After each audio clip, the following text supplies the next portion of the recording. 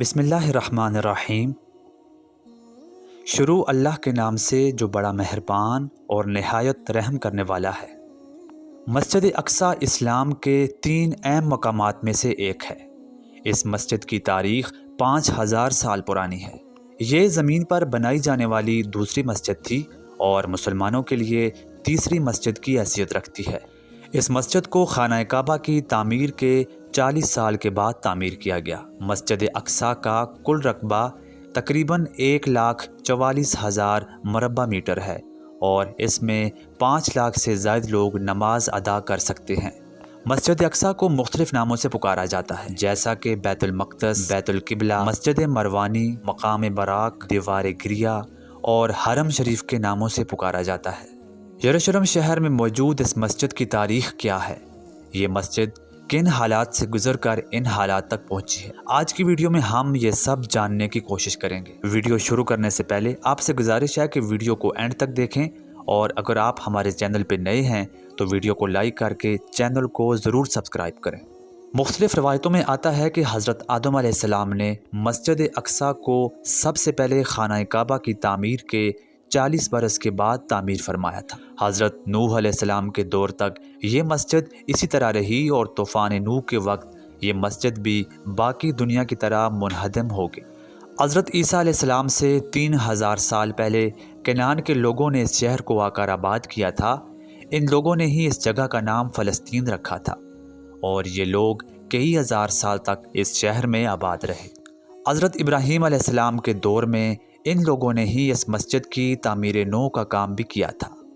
حضرت ابراہیم علیہ السلام نے اپنے بیٹے حضرت اسماعیل علیہ السلام کے ساتھ خانہ کعبہ اور دوسرے بیٹے حضرت اسحاق علیہ السلام کے ساتھ مل کر مسجد اقصیٰ کی تعمیر کی تھی۔ حضرت اسماعیل علیہ السلام کی اولاد مسلمان اور حضرت اسحاق علیہ السلام کی اولاد آگے چل کر یہودی کہلائی۔ اس کے بعد مسجد اقصیٰ حضرت اسحاق علیہ السلام کے کنٹرول میں رہی، جنہوں نے اس گھر کا خوب خیال رکھا۔ حضرت یعقوب علیہ السلام جو کہ حضرت اسحاق علیہ السلام کے بیٹے تھے، اللہ نے ان کو نبوت کے مرتبے پر فائز کیا تھا۔ ان کے 12 یا 13 بیٹے تھے، ان میں سے ایک کا نام یوسف علیہ السلام تھا۔ حضرت یوسف علیہ السلام کو نہ صرف نبوت ملی بلکہ اللہ نے ان کو بڑی شان و شوکت سے بھی نوازا تھا۔ حضرت یوسف علیہ السلام کے دور میں حضرت یعقوب علیہ السلام اور ان کے بیٹے فلسطین سے مصر آباد ہو گئے۔ حضرت یوسف علیہ السلام کے بعد اللہ کے ایک اور نبی حضرت موسیٰ علیہ السلام دنیا میں تشریف لائے۔ آپ کو بنی اسرائیل کے لیے نبی بنا کر بھیجا گیا تھا۔ آپ کے دور میں بنی اسرائیل ایک بار پھر سے مصر سے نکل کر فلسطین آباد ہو گئے۔ اس کے بعد حضرت داؤد علیہ السلام کا دور آیا۔ انہوں نے اس مسجد کی تعمیر کا کام دوبارہ شروع کروایا، جو کہ اس وقت صرف چند کھنڈرات کی صورت میں موجود تھی۔ آپ علیہ السلام اپنی زندگی میں یہ کام مکمل نہ کر سکے۔ آپ علیہ السلام کے بعد آپ کے بیٹے حضرت سلیمان علیہ السلام نے اس کام کو تکمیل تک پہنچایا۔ عراق کے بادشاہ بخت نصر نے سن 587 قبل مسیح میں یروشلم شہر پر حملہ کر دیا اور اس شہر کی اینٹ سے اینٹ بجا کے رکھ دی، لیکن کچھ عرصے کے بعد بخت نصر کی حکومت کو بھی زوال آ گیا اور ایران کے بادشاہ فورس نے دوبارہ یہودیوں کو یروشلم میں آنے کی اجازت دے دی۔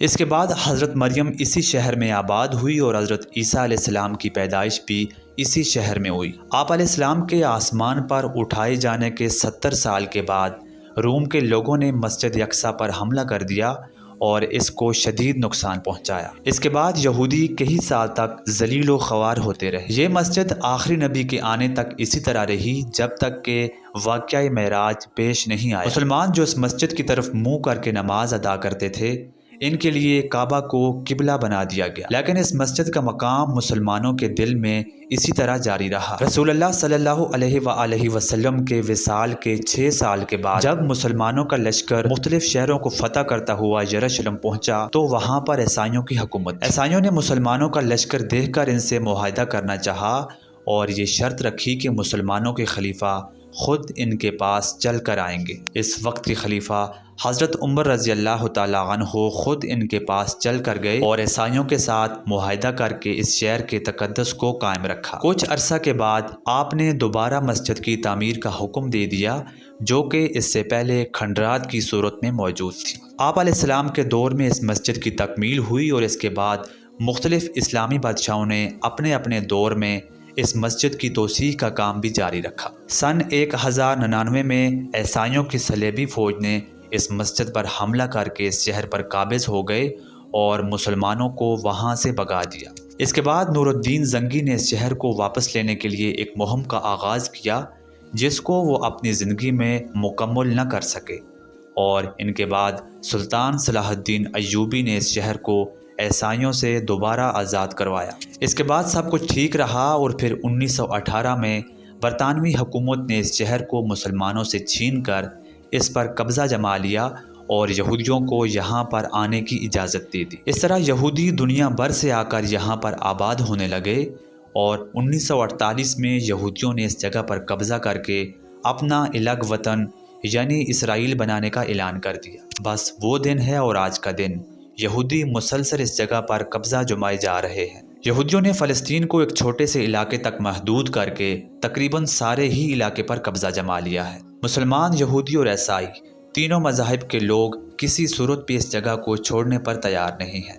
یہی وجہ ہے کہ ہر روز اس شہر کو لے کر قتل و غارت اور جنگ و فساد بڑھتا ہی چلا جا رہا ہے۔ آج کی ویڈیو میں اتنا ہی، ملتے ہیں آپ سے اگلی ویڈیو میں کسی نئے موضوع کے ساتھ۔ تب تک کے لیے اللہ حافظ۔